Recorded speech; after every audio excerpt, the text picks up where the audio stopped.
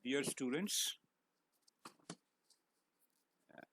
I am Professor Dr. Akmal Laik from the Pediatric Department at Akhtar Saeed Medical College.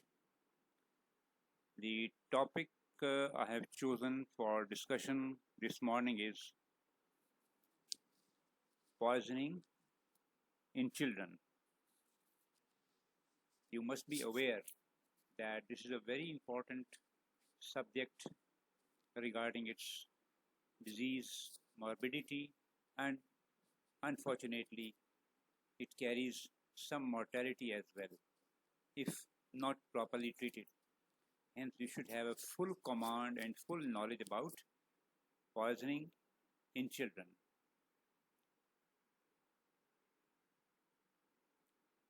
So, what are my objectives? I have set forth certain very clear objectives to begin with. First, please understand this is an important issue in children.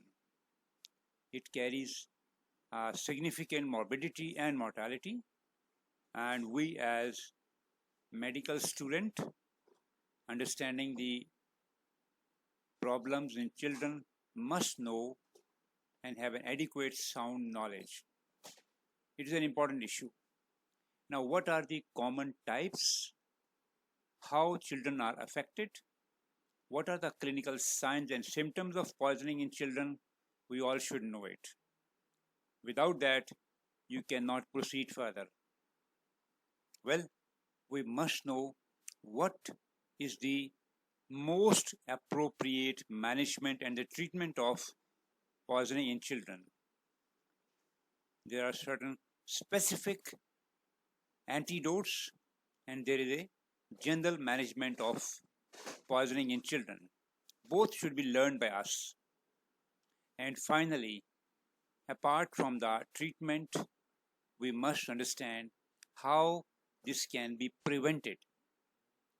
Previously, maybe 50, 60 years back, we had little knowledge about the preventive strategies. We should educate the parents because the child is totally dependent on his parents for all protective measures. So these preventive strategies are also a part of my objective, which I will discuss at proper place. Right. To begin with, let's talk about a typical case that we saw in our own department a few months back. This is the case history of an infant, say 1 year old, brought to pediatric emergency. The mother complained that the baby is passing stools, loose stool, which are watery, not bloody, 6 to 8 times per day, with vomiting, all for the last 4 days duration. The baby was in previously good health. He was fed dilute cow's milk and receiving usual family diet at 1 year of life. And since the diarrhea did not subside with the local homemade remedies, the parents have taken the baby to multiple sites for treatment and cure. The baby had received multiple drugs and many local totkas for his control of diarrhea and vomiting, but did not subside. Ultimately, they decided to come to emergency of our hospital. When we examined, baby was dehydrated moderately, and you can see the photograph of the baby in our own department. Look at the sunken eyes, listless, lethargic, and depressed fontanelle, all indicating dehydration. He was malnourished because the weight for age was less than 5th percentile. He was listless, drowsy, with a shallow respiration. He was just breathing at a rate of 15 per minute with a normal rate of around 25. And the doctor also noted the pupils are pinpoint, but he had a clear chest with a shallow breathing. Well, immediately our treatment was to give him IV fluid as ringer lactate. 100 ml per kg was given over 6 hours time with antibiotic cover, and the dehydration improved. Well, when we reassess the baby at 4 hours, he has no sign of dehydration, but he was still drowsy, listless, lethargic, a bit cyanosed, with a bluish tinge on the skin and mucous membrane. He was breathing very shallow, so the duty doctor thought that the patient is having respiratory depression and failure. So he was given oxygen inhalation, intubation, and ventilation.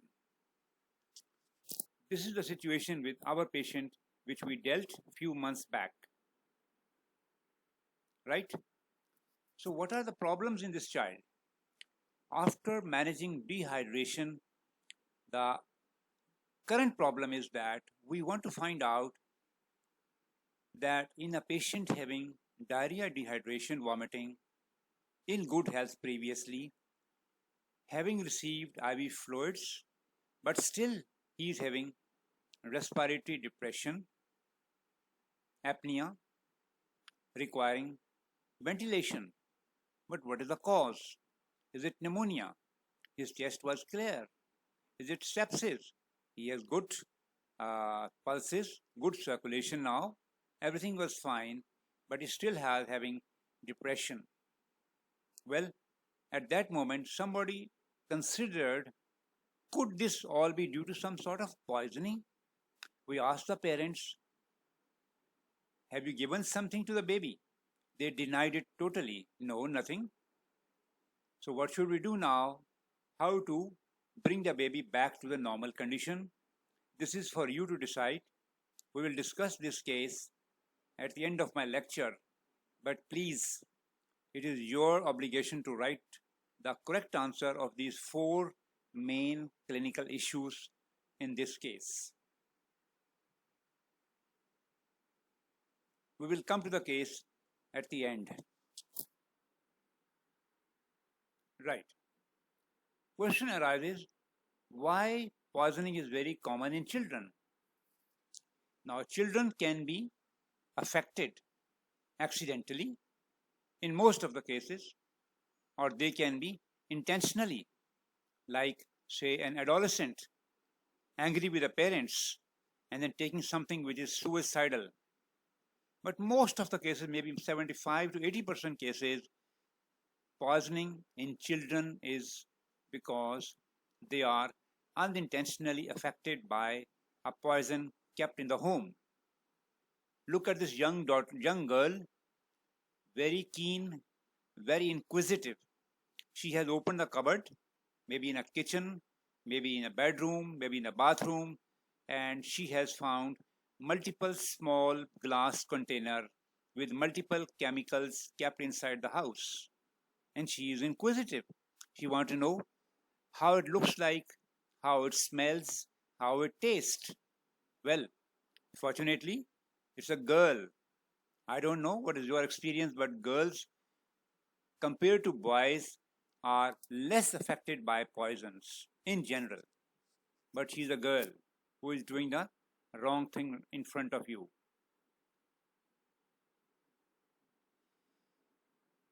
We said that children are more susceptible to accidental ingestion. Usually happens before 5 years. First, because they are curious nature. Once they are mobile, around 1 year of life, they become inquisitive. They have got a typical hand-mouth movement. Whatever they find in front of them, they hold it and keep it and place it inside the mouth. It's very common. They also have a curious nature. They are crawling, they are roaming about in the house at the ground level, and whatever they found unusual, they hold in his hand and then ingest and then put in the mouth. The vulnerable age is usually around 1 to 5 years, and they are exposed to these unwanted chemical accidentally. Children are very mobile. They are always moving. अभी इधर था वहाँ उधर बैठा हुआ है. Sometime inside house, sometime outside house. They are very rapidly moving, dynamic course. And once the patient develops some features of poisoning, the parents, the caregivers, and the doctors even do not suspect poisoning. So there is always a definite delay in the diagnosis, which is very important for the management point of view. So please remember that as a physician, as a healthcare worker, you should have a suspicion if you cannot explain the patient's history and finding, and then do not find a likely cause, you think of infection, other problems as well, but along with that, one possible diagnosis could be poisoning. This should be a message for the parents and a message for all the healthcare providers. Let's understand what is a poison. Maybe thousands of years back, a very senior person, knowledgeable person, wrote that it is a dose that makes a chemical, a substance as poisonous. That means that all chemicals, agents have the potential to behave like a poison if given at a large enough dose. So be careful that all everyday chemical around us, around in the environment, in the house, in the surrounding, can behave like poisons. A simple drug like paracetamol, which is used to give relief for patients with fever, but can be a poison. So poisoning occurs once exposure to a substance affects adversely the functioning of any organ system in the body. We call it as a poison. That makes a very broad concept of what is a poison. Let's see, a patient comes to our emergency. You are the duty doctor standing there, and you start taking the history. You have to take as much information from the parents, from the relatives, from the attendants, as much information as possible about the exposure. How long, किस किस ने खाना खाया, किस किस ने ये expose किया, कितनी अमाउंट, कितनी डोज, कैसे हुआ ये, what was the route, ingest किया, इनहेल किया, स्किन पे ऊपर लग गया, इंजेक्शन लगा, आंखों में डाला, ये तमाम चीज़ें हमारे लिए इम्पोर्टेंट है. So detailed history with much input from the parents and the relatives. Then ask for any empty bottle or containers around the patient with unusual smell, unusual container, what was the amount. All this is important for management point of view. Then, was it coming from the urban family or rural family? Because you know that in the rural family there is exposure to pesticide, because most of the pesticides are stored and exposed and kept and sprayed in the field where the little child goes out for playing. So the patient's area from where he belongs is very important. What is the occupation of the father and the family? Most of the children, they are exposed if they are living along with the parents who are working or doing some sort of manufacturing business at home. So what is the occupation of father and the mother, and has patient been exposed to that or not? Currently, increasing number of patients are being exposed to drugs. Every house has number of drugs taken by all family members, whether it's child, whether adult, whether an old man. So all family members use drugs and they are kept at home in very unsafe manner. The poor child is exposed. Well, you do the physical examination in detail. Please expose the patient completely if you don't want to miss the finding and the diagnosis. First, check, look for the smell. Any clothing, what is attached on the clothes? Some chemical substance, some pesticide. What is the general appearance of the patient? Is he agitated, confused, or drowsy and comatose? Because some chemical they produce different neurologic feature. Some are agitated, some are causing drowsiness and coma. Patient has very unusual smell.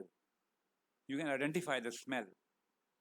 Examine the baby's skin, maybe on the face, on the body, on the trunk, on the everywhere. Bruising है, cyanosis है, baby flushed हुआ है by the effect of poisons, या skin पे कोई corrosive के निशानात हैं. Must examine the eyes in detail. Look for the pupil size and the light reflex because some drug constrict it, some drugs dilate it. So this is information which is vital. They may have nystagmus. They have conjugate eye movement up, down, or sideways. Or they are having excessive watering from eyes because of some chemicals. So eye examination is much rewarding. Look for the feature in the oropharynx. They may have some sort of corrosive chemical mark on the oral cavity. There can be excessive salivation by certain drugs and excessive dryness by certain drugs. Is he vomiting? What's the nature of vomiting? Bloody vomiting. Maybe he has got developed gastric ulcer after ingestion. CVS for the rhythm, bradycardia, tachycardia, sign of shock because certain drugs produce these typical feature. Lungs, we must auscultate and look for signs of wheezing, airway spasm by certain drugs, or very shallow breathing due to certain drugs. Abdomen, the bowel sounds, they are absent, abdomen is distended. There can be tenderness, like the liver enlarged, tender due to hepatomegaly because of liver damage, or abdomen is rigid because of the perforation. All these are important. Examine the CNS in detail for the cranial nerve testing, for the reflexes, muscle tone, which can be increased or decreased, conjugation, coordination, ambulation, all these are important from the point of view of a poison and its nature. Well, the first message that I want to convey to all of you is please, please, please try to treat the patient as a whole and not the poison at the beginning. Patient is in front of you and you are running for any antidote. That I want a specific antidote for this patient. Remember, there are very few antidotes which can be helpful. The patient can be helped a lot by giving appropriate general treatment which is life-saving. Do not run away or waste your time in finding out the likely poison and its specific antidote, which may be present, which may not be available, or which is not possible. So the general treatment as a full-fledged human being is very important. How do we manage this patient?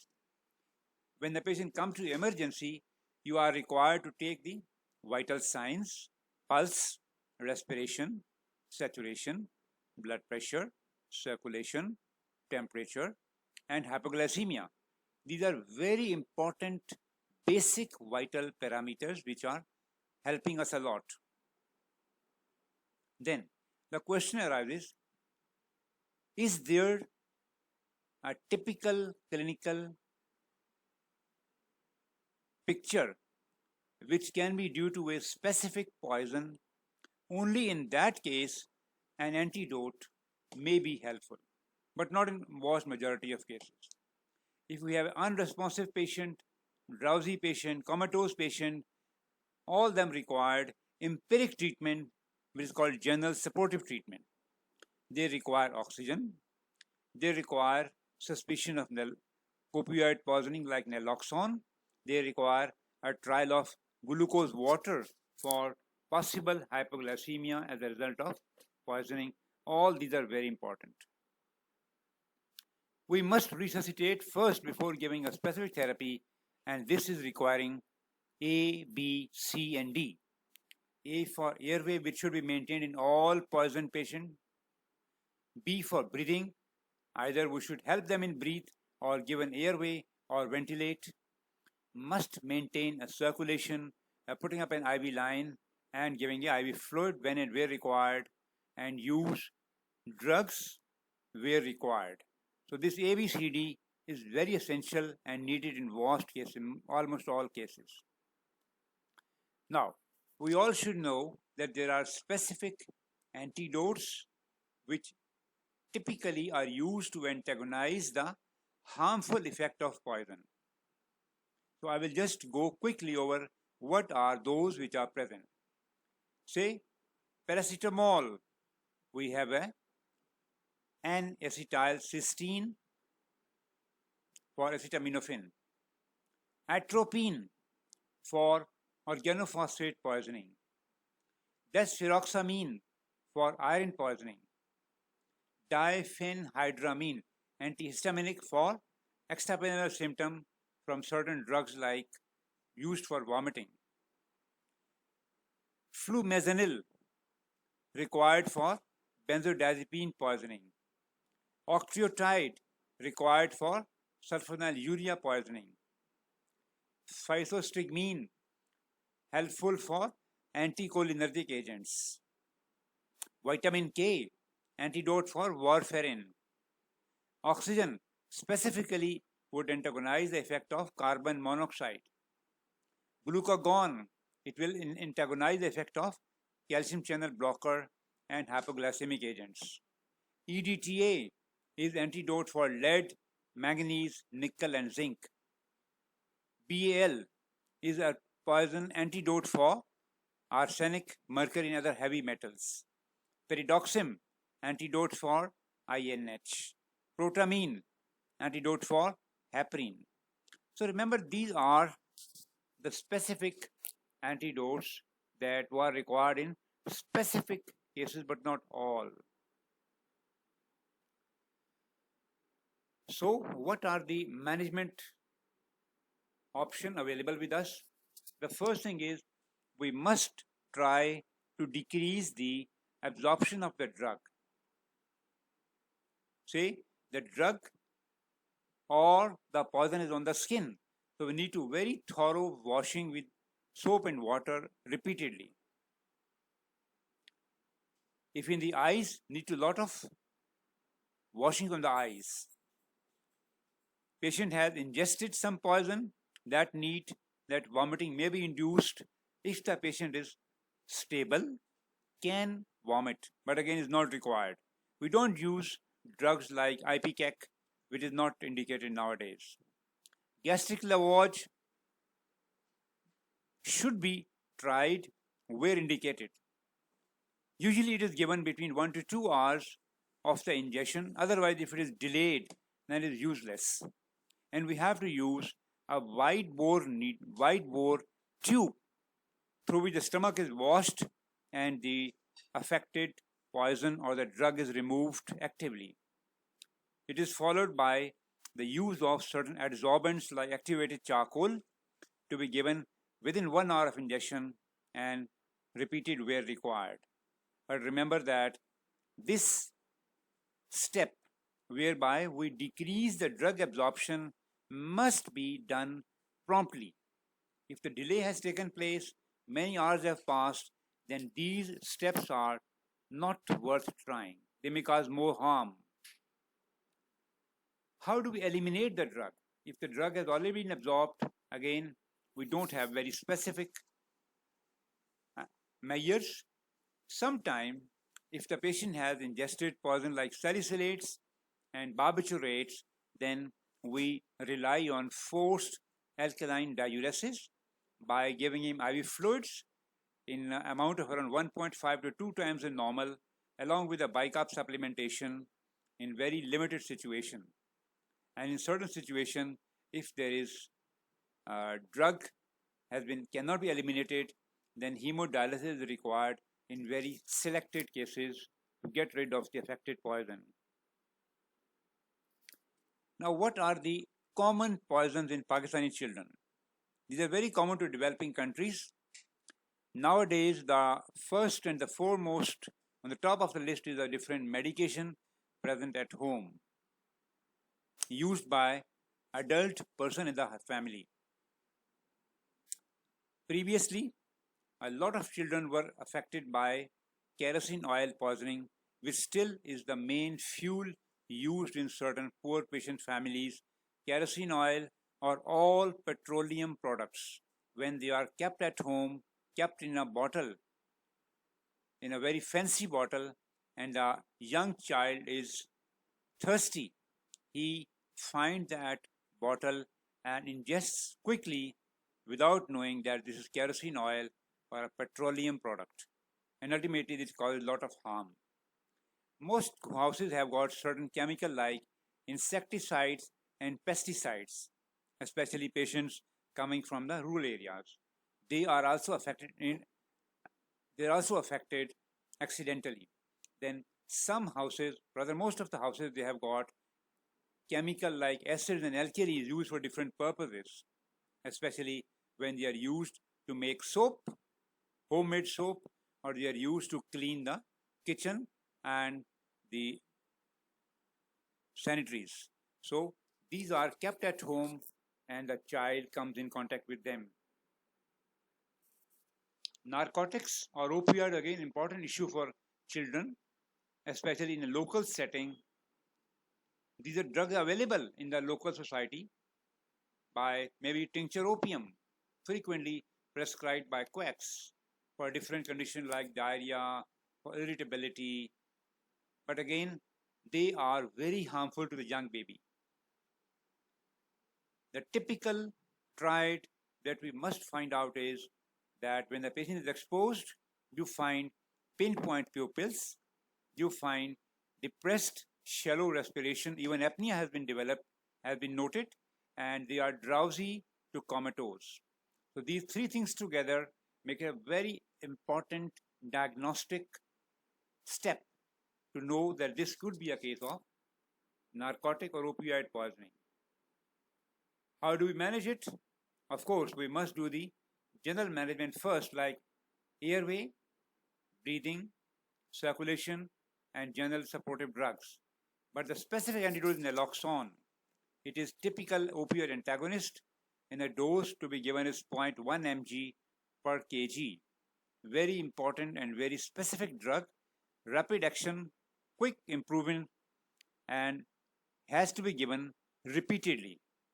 This drug can be given intramuscularly, intravenously, or even when no route is available, maybe endotracheal tube. And this dose may need to be repeated because the opioid have a longer action while the drug is very short-lived. But again, this should be known to all of you that this is life-saving drug. There are many household poison used in the kitchen, used in the toilet, sanitary, like bleach, like kerosene oil, like mothballs, naphthalene to prevent insect growing in the winter clothing, where insecticides are kept at house, where acids and alkalis are kept at house for different purposes, and the poor child comes in contact. These are all corrosives. In that case, the clear message is do not do the gastric lavage. Do not induce vomiting. Do not give them activated charcoal. There is no antidote. So this cannot be treated by the steps that we have used for other poisons. How do we then control them? We assess for the airway, breathing, and circulation. We give them water to dilute it. We give them demulcents as cold milk. We give them analgesics and antibiotics and give them steroids to reduce the laryngeal and airway edema. But none of them is specific. Some knowledge about kerosene oil, again, it will have the same effect like all other hydrocarbons which are kept at home, like all petroleum and petroleum distillate, which are kept at home. Kerosene oil is frequently used in the poor families as a fuel source. But the point is that parents store the kerosene oil in, say, Pepsi Cola or RC Cola bottles. So when the child is thirsty, he finds an attractive bottle, immediately goes and start drinking it. But this can be very, very dangerous. Patients soon develop signs of coughing, cyanosis, breathing difficulty, and signs of pneumonia. Soon he developed drowsiness, comatose, and develop encephalopathy. So the patient frequently smells of kerosene oil if you just smell him close to his mouth and oral cavity. In that case, I've just mentioned that in the emergency, we only record the vital signs, admit the patient under observation, but do not use emetics, do not use NG tube and gastric lavage. These are contraindicated. Give them a demulcent like milk and egg. Must observe the patient for 6 to 8 hours, up to 24 hours, and then a chest x-ray is must, because even a small amount of kerosene oil, if when ingested, enters into the airway, it can cause fulminant chemical pneumonia, and patient may die of acute pulmonary edema within few hours of ingestion. So remember, never send home these patients quickly. Keep them admitted for a couple of hours with observation for respiratory failure. Now this shows you an X-ray. To begin with, there was evidence of pneumonia showing some opaque shadow, radio-opaque shadow in the perihilar areas.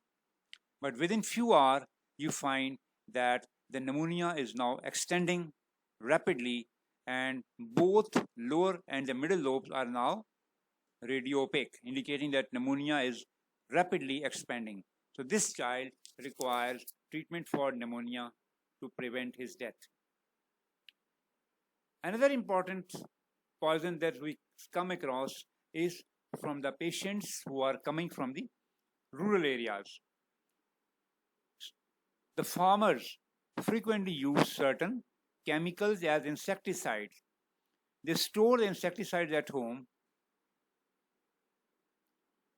and sometimes when they spray the pesticides, the child is exposed while playing in the field.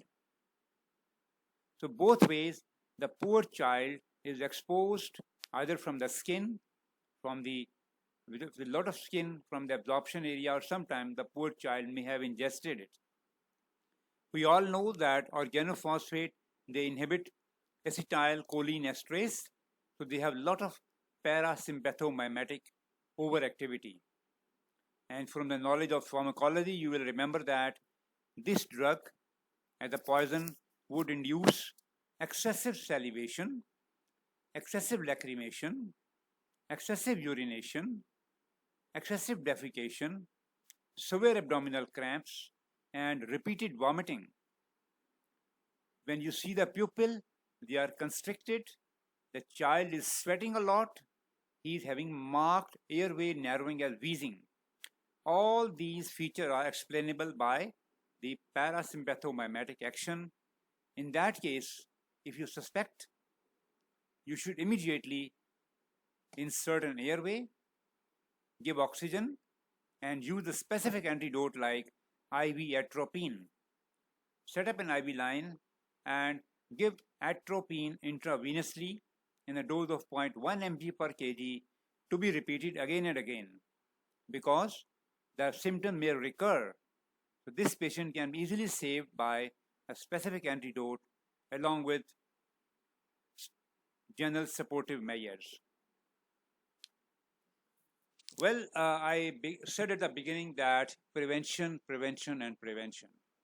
The deaths can be prevented, the morbidity can be dramatically reduced by preventive steps taken at all levels. First at home, ask the parents, ask your family member, everybody, that if they have to keep a poisonous object in home, please store it properly in a capped bottle, locked bottle, within, not in the reach of children, that may be kept at a very high level or in a locked room or locked cupboard. Label the poison bottle. I have shown you one label which is very frightening, but again, some children may be frightened by looking at this label. One bad thing is that many adults, they ingest medicine in front of children. Very bad. Why? Because children, they copy. The father takes medicine in front of children and then goes away to office. The children open the personal cupboard and start copying what the father did in the morning. They also start ingesting medicine. A young child should never be left alone in the house. It should be kept under close supervision in front of the eyes of the parents. Well, if an accident happens, this should be immediately reported. Delay may cause the patient's life and death. So, the message that goes to the whole family, to the parents, to everybody is, please, please, make a child's environment poison proof. For that, you need to educate the parents.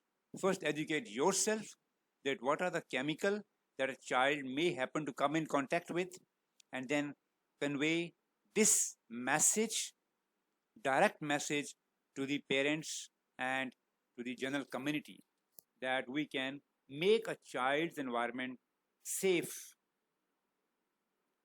In developed country, in many other countries, even in Pakistan, at a limited level, there are poison control centers.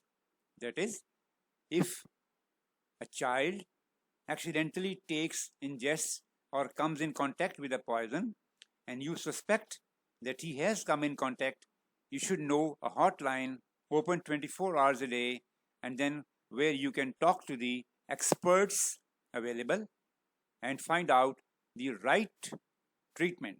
They will advise you, either you take the patient to the home, to a specific medical center, or you immediately do some important measure to reduce the absorption. And sometimes they can guide you that if you are worried about something, it may not be a poison. There's some children, the mothers, are very upset that the child has ingested something like toothpaste. They may be very worried. But again, this is not a poison. Don't be upset. So a poison control center and its services are very important to help educate the parents in the control of poisoning in children. Let's come to the same case again. Now you are very knowledgeable, you have learned all the basic principles. I have given you the example, a clinical case. Now I said that the patient was found drowsy, lethargic, had respiratory depression and pinpoint pupil. And the parents were saying, no, हमने कुछ भी नहीं किया, बच्चा बिल्कुल ठीक है, इसको तो सिर्फ पोटियां लगी, डायरिया हुआ और हम इसको यहाँ पे ले आए. Well, the doctor was very sharp. He suspected that this may be poisoning, so he initially gave IV fluids, hydrated, antibiotic, but he suspected that this could have been a case of opioid poisoning. So the doctor did the right thing. He injected the specific antidote IV, and to his surprise, within few minutes, patient became active, breathing rate improved, pupils dilated, and the patient was quite normal, well looking. However, the doctor continued to give the drug at regular interval, kept under observation for 24 hours, the patient fully improved. Well, again, we should go back to the parent and again ask them कि देखें कुछ भी नहीं होगा, आप हमें ये बताइए कि आपने बच्चे को कोई दवाई दी थी? Yes, the parents admitted that they have gone to a local quack where they have asked him for how to control the diarrhea. And the local quack has given them a small syrup which was called tincture of belladonna, tincture of opium, and give them a small sachet with some little pudia, and they have given it, and on giving the drug to the baby, he soon developed respiratory depression and became drowsy. So ultimately, they admitted of having poisoned their child accidentally, unintentionally. So that is how this patient was saved and the parents were educated. Thank you very much. Thank you for your patient listening.